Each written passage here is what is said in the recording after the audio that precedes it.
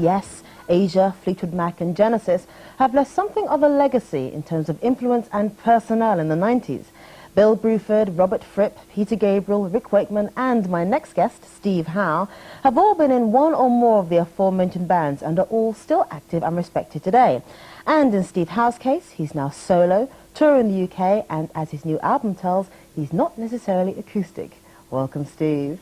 Thank you, Sonia. How are you? I'm fine, thank you. I've just been reading the sleeve notes, actually, of your album. And right. First of all, I know it's 22 tracks recorded live. Yes. In a concert in America. Yes. And the first question I wanted to know was, if you record, you know, from your concert and you don't like the way one live song sounds, do you record it at the next concert or do you just leave it as it is? Well, no, you certainly don't leave it as it is. You have a choice of nights. So right. This is actually between two shows. It's between a show in Montreal and also another show in Philadelphia. So if a tune wasn't so hot one night, obviously I could look at the set the next night and hope then that the next one was going to be better. Mm-hmm. It doesn't, I mean, that's how songs get dropped, because maybe neither is right, so you have to pull it out of the running order. So this is about, what is it, an hour or something? I think it says it's an hour.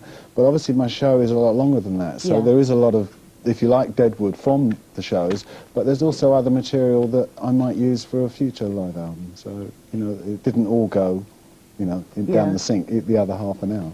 Do you prefer the live sound to the recorded studio? Well, it's really like one side of your brain and the other, really, I think. Certainly both are really captivating and very exciting. But I suppose live work has a tremendous physical result. You know, I mean, you're exhausted, but you have that sort of physical depletion, but some adulation happens. While they're in the studio, you can spend all day working on something, and at the end of the day, most probably hate it more than you did at the beginning of the day. So, but then you have to learn what that technique is about producing either yourself or other people, and enduring hours in the studio crafting music. So one's about like crafting slowly, and the other one's just about getting it right once. So both equally. I'd hate to choose if I had to pick one or the other. I couldn't, because I need both. I always wondered if ever you think that somehow something is lost when you have a live recording, because the whole thing about live concerts, you're there, aren't you? You're part of the atmosphere and stuff. And then when you hear that on a CD, you know, you haven't got that closeness, really, have you? No, that's where I suppose video helps a lot to make the show more like a visual and audio experience. But I think that there's compensations both ways, because in the studio record, you've got a kind of created and produced atmosphere, but on the record you have the real person playing their music, and I think that's most probably has its balancing effect on some of the either the technical or the perfectionistic ideas you might have for your recordings. They've got to go out the window when you do a live record, because a live record isn't about perfection. It's about, hopefully, more about the emotion of the music and about the, you know, the then, living with the then, as opposed to the studio. If you don't like it tomorrow, you can do it again. So it is a balance. Having played and, you know, done so successfully with, you know, super groups like Asia and what made you then decide that you wanted to go out on your own solo? Well, about 3 years ago, I'd at that point exhausted my options really with Yes and Asia. I'd reunited with the bands. I'd done things, and I really felt that it was time to sort of grow up and go out, you know, alone, because it's something I'd been sort of delaying for so many years, usually due to the number of groups that I've been in and the length of time some of those have existed. So yeah, I had to really home in on this almost like a pipe dream, and then go, well, why aren't I doing this? And in fact, it was recording a Scottish guitarist called Martin Taylor. I produced his record called Artistry, and he was going out after we made this record, after I produced him, to do a tour, and I thought, you know, I envy him, because I want to do that. So it wasn't long after I produced Martin Taylor's record that I, you know, went out on my own, because I didn't know my repertoire could maybe make some of the jumps and leaps it has done in the last few years. But to start with, it was very much what I could conceive of, and gradually I've evolved that and changed, you know, in different years. I sort of start to change the kind of music that I'm playing, draw from different Yes albums or draw from different Asia records, as much as drop some of my own tunes and play some other ones I haven't. So the solo thing's been very, very healing for me, because it's healed all the anxiety and the problematic situations you get in groups. And I won't go into that now.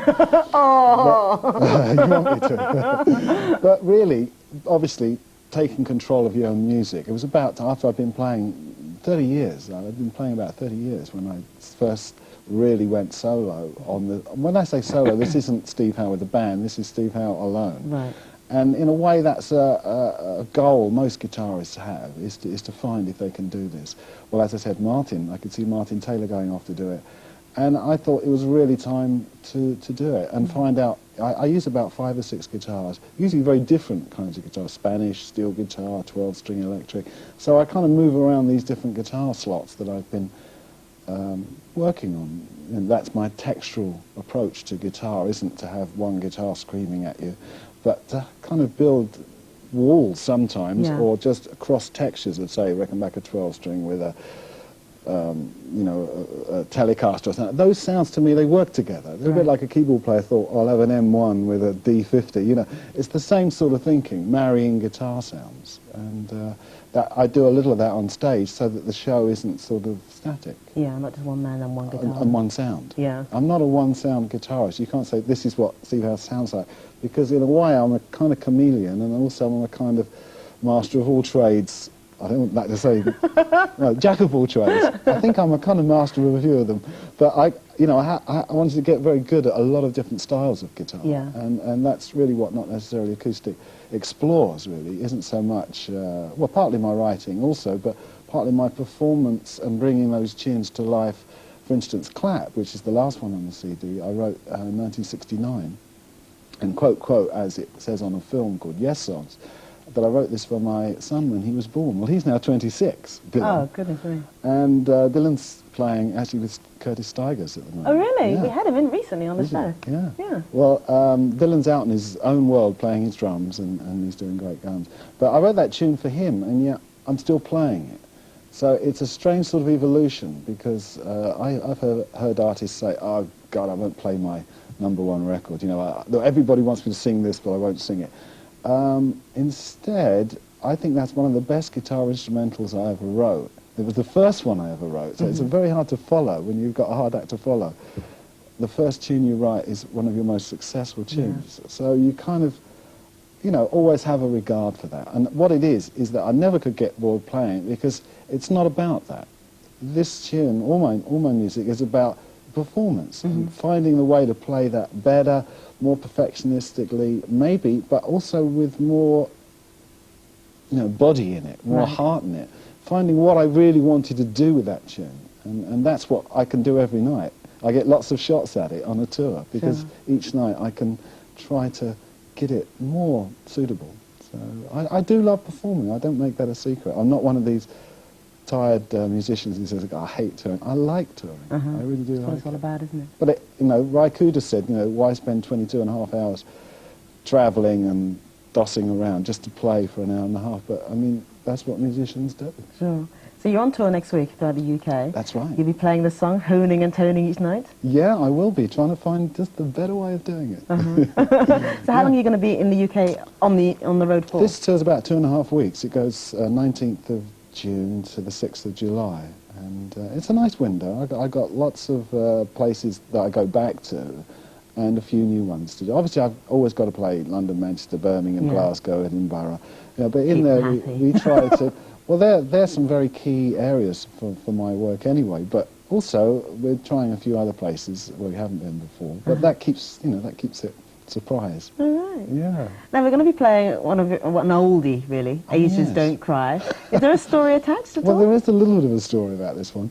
I mean, Asia at that point was our second record, about 1983, and the first record had the Heat the Moment and Only Time Will Tell. It was very sort of like punchy and straight ahead. Well, the second album wasn't quite such a crossbred of writing styles, and it has a little bit more of a pop sort of style in it, which I think Carl Palmer and I were less happy with than John Wetton and Jeff Downes, who got really teamed up and wrote this album. Right. When he came to do the video, the single everybody conceived of was Don't Cry. Nothing like the Heat of the Moment, the sort of twanginess of those tunes. But we were in a sort of keyboard area here, 1983, very, Fairlights and synclaviers and, and all the old analog stuff was going on in the back shelf, you see all the new stuff.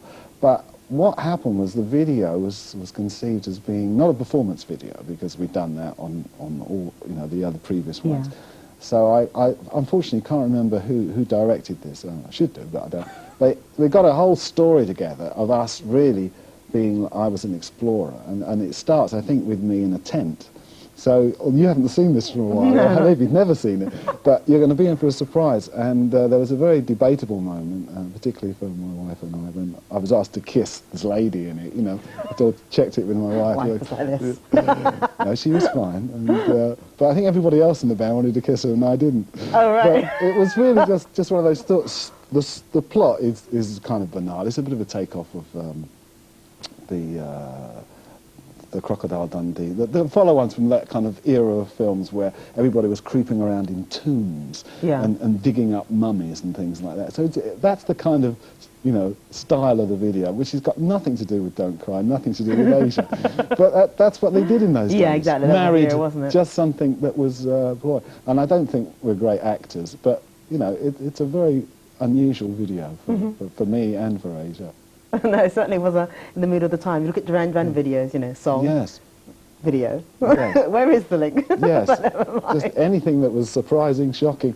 I don't think Asia were really bold enough to do anything sort of shocking. Yeah. We were just, it was just this takeoff really Right. of the what was that film called? I'm trying to think of it. The one it was really taken from. Can we edit this bit out? This Well, like an pause? Indiana Jones or something. It was Indiana Jones. Yeah, the Lost. What was it called? Lost the Crusade or something? Lost Crusade, something No, like that. the Lost Tomb or the Lost. I don't know. Well, we'll have a look and see if We we won't can mention it.